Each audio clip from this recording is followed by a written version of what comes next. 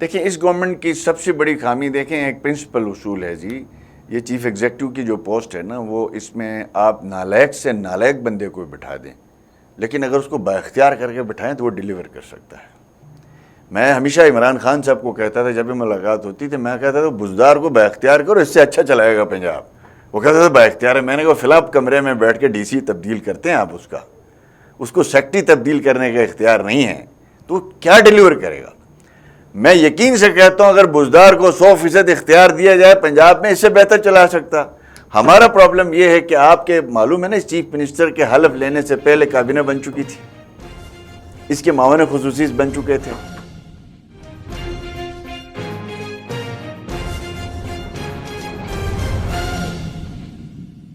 بسم اللہ الرحمن الرحیم۔ السلام علیکم ناظرین، آپ دیکھ رہے ہیں پروگرام عوام سے ایوان تک۔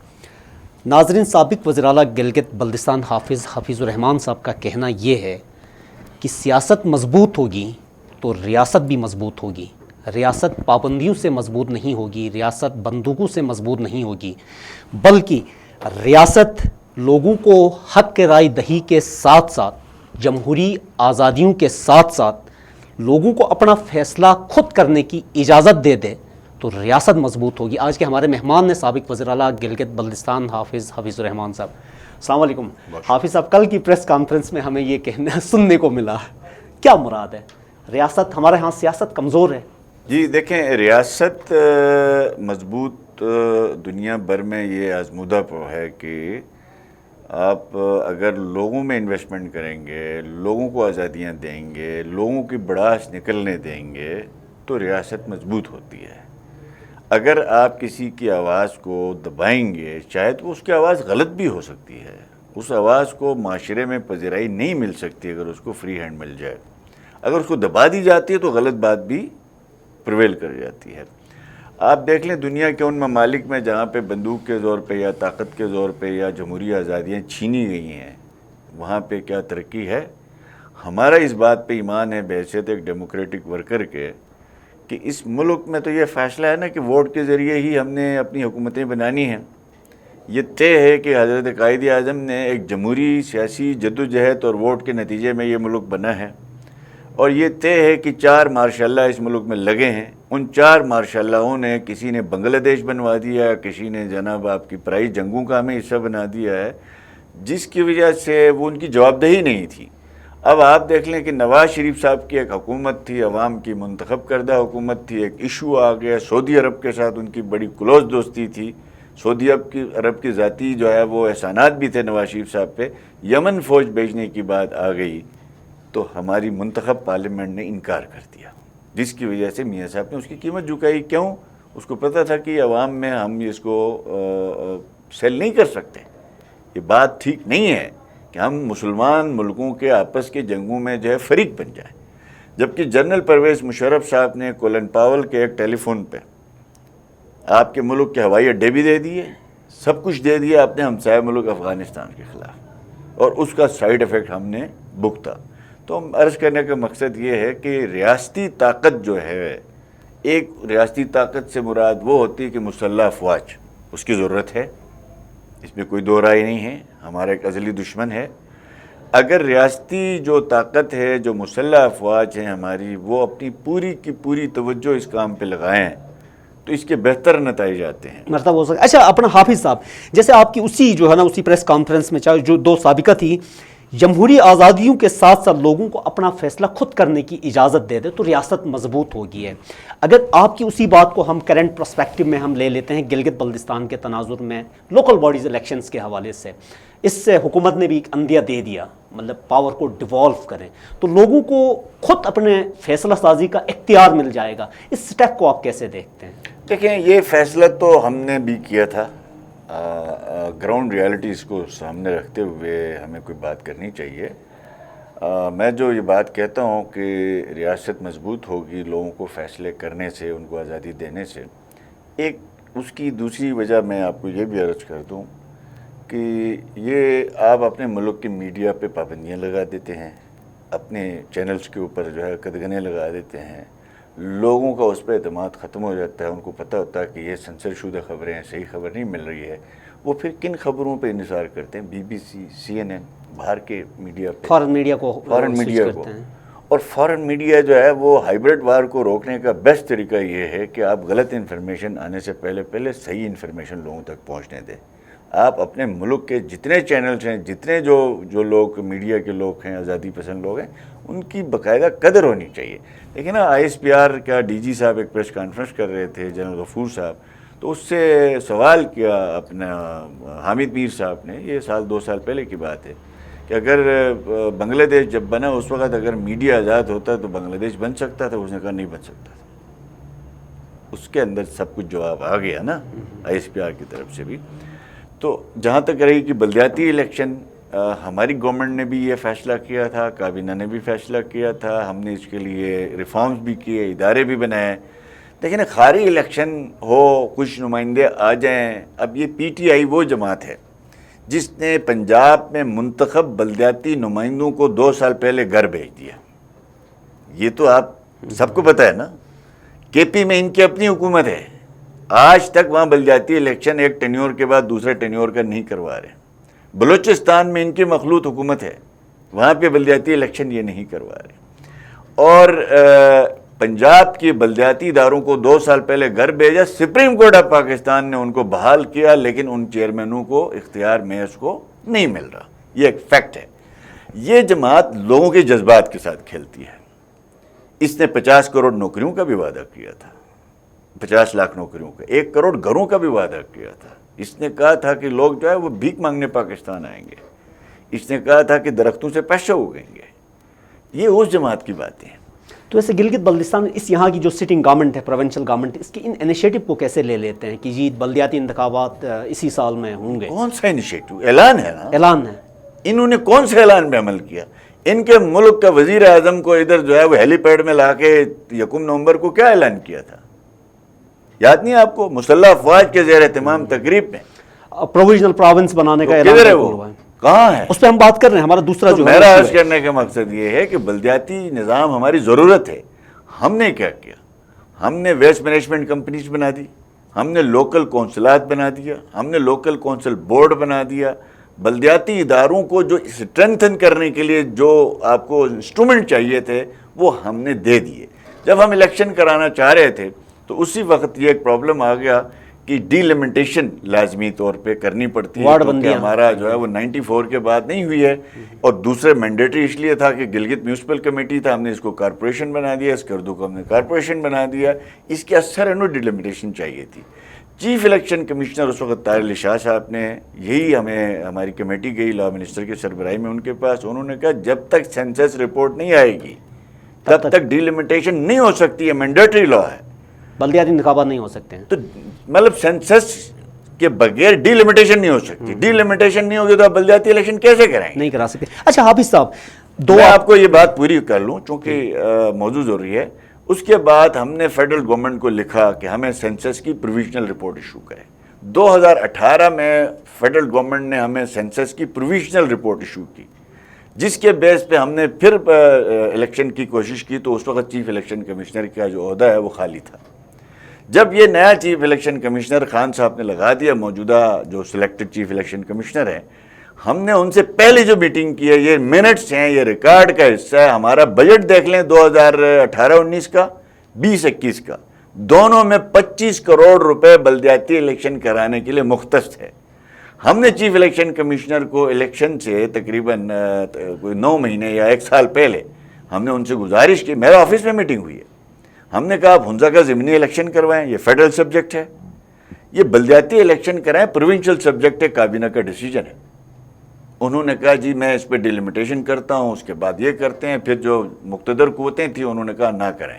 آپ کی طرف سے کوشش جاری ساری رہی. ابھی اس وقت جو انہوں نے اعلان کیا. صحیح. اچھا حافظ صاحب، 5 سال آپ کے پاس اقتدار دونوں رہا. گلگت بلتستان میں ہم دیکھتے ہیں ڈیولپمنٹ پوائنٹ آف ویو سے آپ کا پازیٹیو ایک کنٹریبیوشن رہا ہے، جس پہ ہم سب آپ کو داد دیتے ہیں. اچھی کاوش رہی ہے. اب کیا محسوس کرتے ہیں حافظ صاحب؟ یہ کہا جاتا ہے گلگت بلتستان میں حکومت تک قائم و دائم رہ سکتی ہے جب تک وفاق میں ان کی اپنی پارٹی کی حکومت برسر اقتدار ہوتی ہے. آپ نے پورے 5 سال گزارے. 2018 میں وفاق میں حکومت کی تبدیلی ہوئی. واقع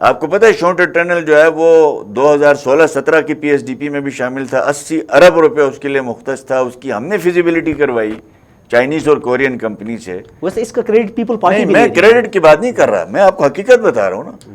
یعنی جب ہم نے فیزیبلٹی کروائی چائنیز اور کورین کمپنیز, ہم نے نہیں کرائی, این ایچ اے نے کرائی, اس کی رپورٹ آئی 250 ارب چاہیے اس کے لیے, ہم پیچھے ہٹ گئے.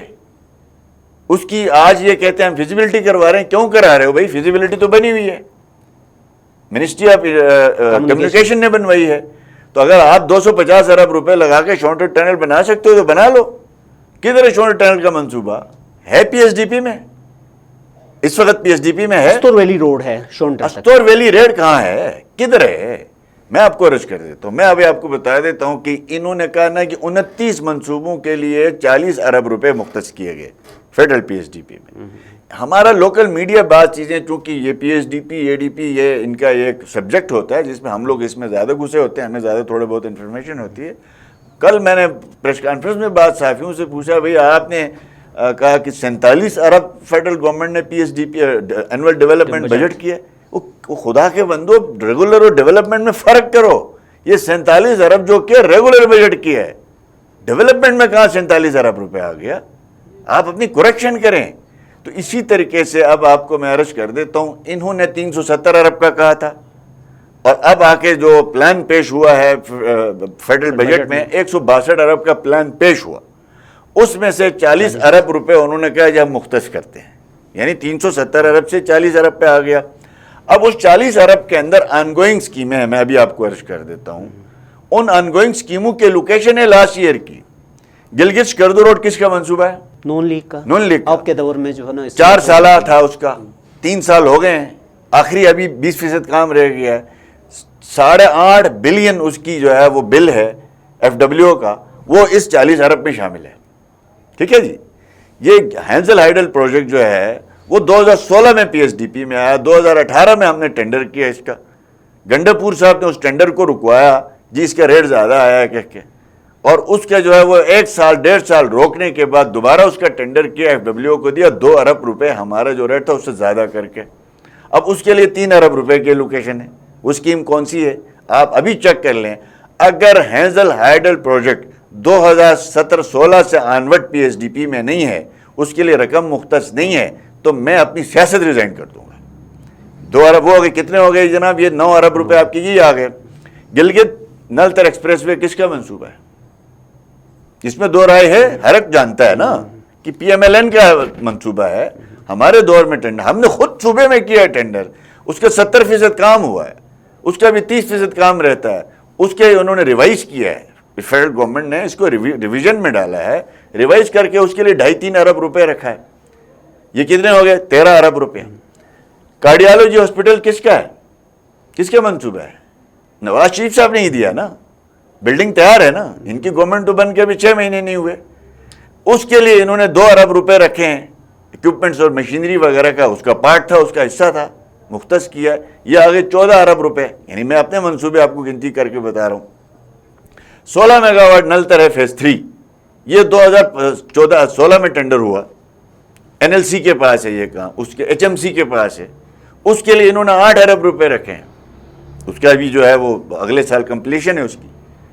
اس کے لیے 8 بلین روپے رکھیں. یہ کتنے ہو گئے؟ 20 ارب 21 ارب. یعنی آپ کے جناب 370 ارب روپے میں سے 40 رکھا ہے, 40 میں سے 20 ارب روپے آپ کی آن گوئنگ اسکیموں کے لیے ہے جو رننگ ہیں, جن کے ٹینڈرز پہلے ہو چکے ہیں, جن کے کام پہلے ہو چکے ہیں, جو آخری فائنل پیمنٹ ہے ان کی, اس کو آپ نے نئے پی ایس ڈی پیز میں شامل کیا.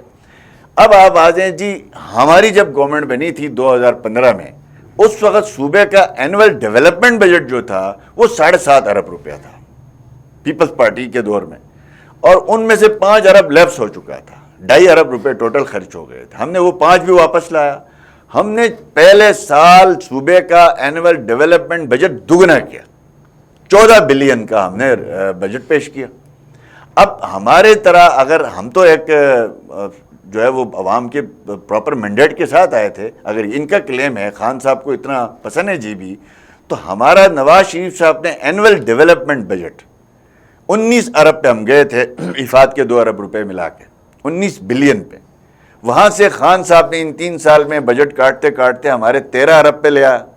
13 ارب پلس افاد کے 2 بلین روپے جو ہے وہ ہمیں ملتے تھے, وہ 15 ارب ہو گیا.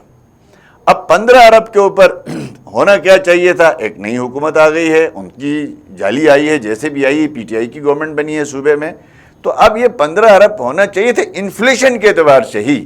سیمنٹ کی بوری 2016 میں کتنے کی تھی جی؟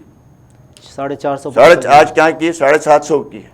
سریا 60,000 کا ٹن تھا, آج 1,45,000 کا ٹن ہے. تو آپ مجھے بتائیں کہ نیچرل ہی آپ کا بجٹ میں جو انہاس ہونا چاہیے تھا اینول ڈیولپمنٹ کا, وہ 30 ارب ہونا چاہیے تھا. انہوں نے کتنا کیا ہے؟ 16 ارب. 15 ارب روپے میں 2 ارب روپے انہوں نے ڈال دیے ہیں اس کا کیا کہتے ہیں افاد کے, 1 بلین ٹوٹل اضافہ کیا. تو مجھے بتائیں کہ پھر یہ دعوے کدھر ہیں؟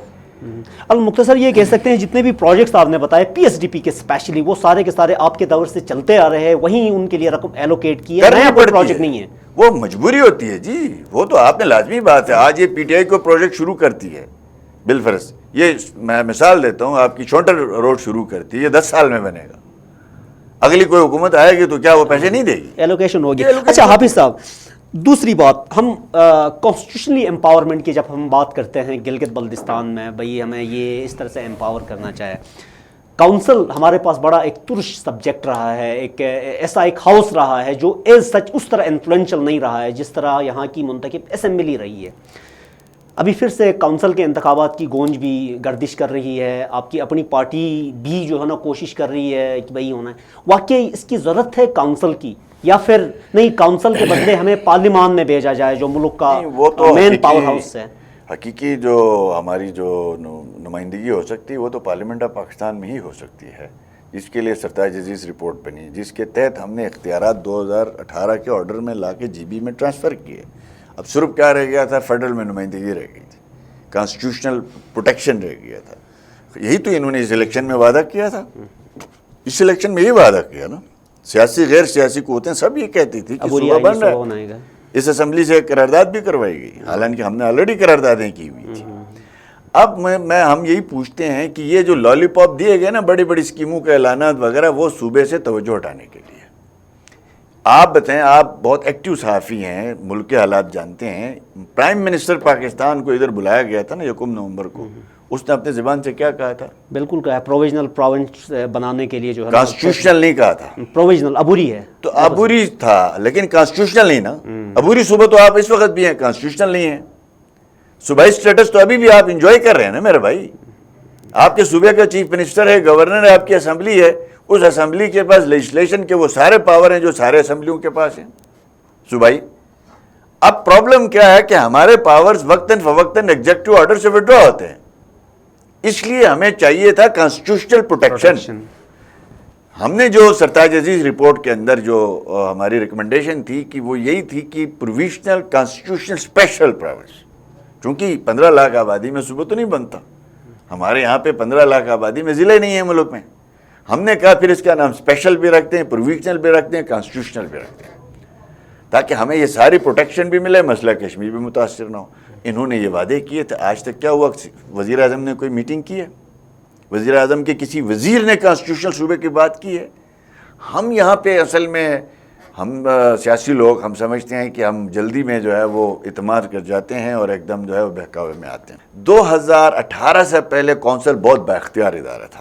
آپ کے صوبے میں 2 کنسولیڈیٹڈ فنڈ تھے, ایک کونسل کا کنسولیڈیٹڈ فنڈ تھا, آپ کے ٹیکس کلیکشن جو ہوتی تھی وہ کونسل میں جاتی تھی, اور آپ کے جو ہائیڈرو منصوبوں کے مستقبل میں جو جانی ہے, یہ پیپلز پارٹی کے صدر امجد صاحب جب کونسل کے ممبر تھے, انہوں نے یہ لیجسلیشن کروائی ہے کہ جتنے بھی آپ کے صوبے میں ہائیڈل پروجیکٹ لگیں گے, چاہے دیامر بادشاہ ڈیم ہے چاہے کوئی بھی ہے, ان سب کی پیمنٹ جو ہے وہ ہائیڈل نیٹ ہائیڈل پروفٹ آپ نے کونسل کو دینی ہے. یہ ہم نے آ کے کچھ اس میں تبدیلی کروائی. 2018 میں کونسل کا ہم نے ڈنگ نکال دیا, نواز شریف صاحب نے سارے اختیارات ڈیوالو کر دیے.